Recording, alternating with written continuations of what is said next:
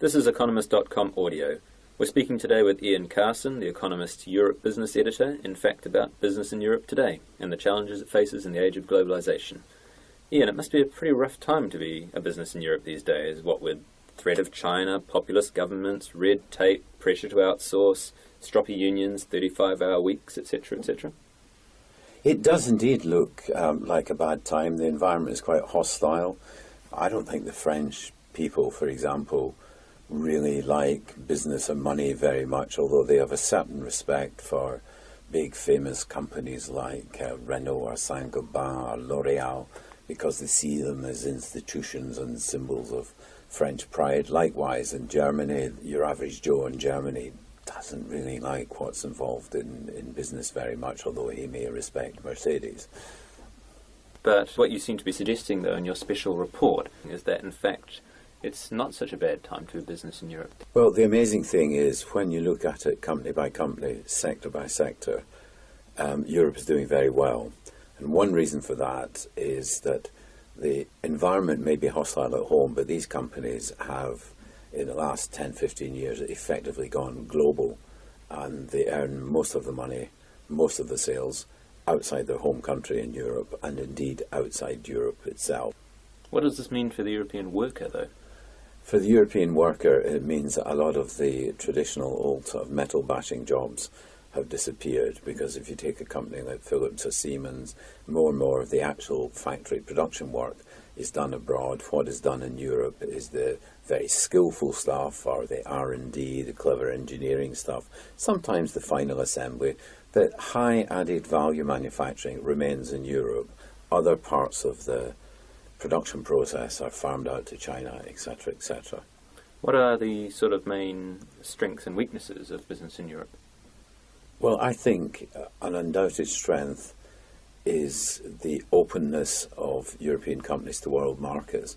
Don't forget that although America dominates areas such as IT and the internet business, biotech, etc., in other areas, American companies tend to live a little bit too easily off the huge single home market.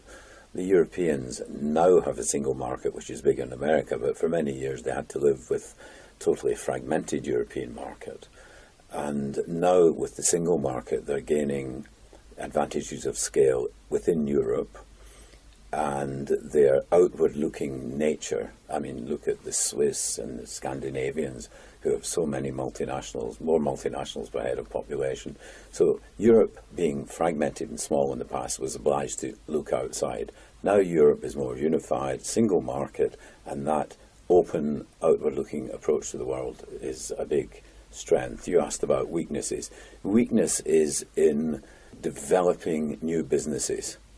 New businesses start in Europe, but they tend not to grow so much. The Americans are more flexible, have a more can-do attitude, and are more innovative with new business ideas. It's not so much technology, I think it's business ideas. So that's the weakness in Europe, is with new business, and new businesses getting big.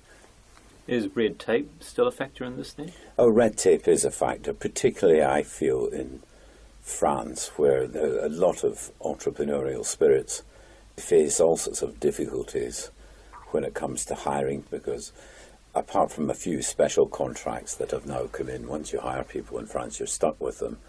But the government is slowly making some progress with short-term contracts that allows an employer to, get rid of somebody if they're not up to the job. This sort of thing must affect small businesses in particular.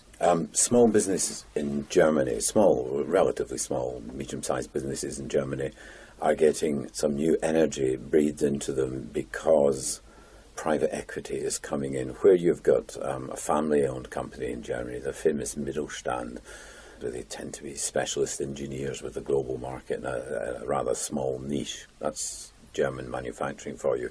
A lot of these companies, the original families are either divided, the ownership is too diffuse among the family, they're all arguing.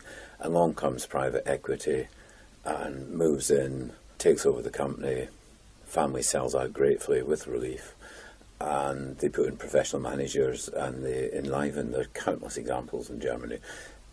German politicians sometimes don't like this. The one famous guy described private equity people like this as locusts who are just coming and stealing the crop. But that's a rather one-sided view of it. In fact, they're breathing new life into many small German companies. In France, the situation is not so hopeful. They have a bit of a crisis with small business. Guys who founded companies, after the war, the second generation now are coming to retirement, and a lot of these companies are going to disappear unless something happens about it, because the view in France, rightly, I think, is that there's so much red tape. Picking up on your point there about private equity, you've spoken about it very much as a phenomenon in European business these days. Now, how are governments and unions in particular reacting to this new set of rules? Well, I don't think governments have any policy for or against private equity. If private equity safeguards or creates jobs, I'm sure governments are for it. If it's obviously seen as destroying jobs where, they come in and swing the axe in a company that needed an axe swinging, doubtless they're unpopular. That's where the German politician, Mr. Müntefering, made his famous remark about locusts. Unions, well, you get some examples where the unions actually quite accept it, because a job under private equity ownership is better than no job at all. Now, looking at mergers and acquisitions, two things struck me about your report. One, that there's been a lot of mergers and acquisitions in Europe, particularly on a cross-border front. And the second is the prominence of Spanish companies. Is this a sign that we are finally getting some kind of single European market? What's the role of the euro here, and why is Spain so prominent? There is no doubt that the euro facilitates cross-border mergers because it removes the exchange risk.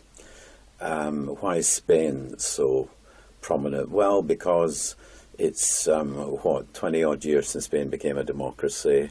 There's a generation now in their 40s who are, in many cases, the sons and daughters of famous business leaders who prospered under the previous undemocratic regime. But these youngsters not only play the democratic game, but they've largely been educated in American business schools. So they understand Anglo-Saxon capitalism. Spain is now quite a rich country. That's another factor. And then there's one special factor, that the government, to keep this class happy, has brought in a tax break for them. If you buy a company abroad, you're allowed to write off 30% of the goodwill involved against tax. So it's a special tax break, which Brussels is not very happy about, and it won't last very long. But it means that Spanish can buy everything in Britain that's not nailed to the floor, frankly.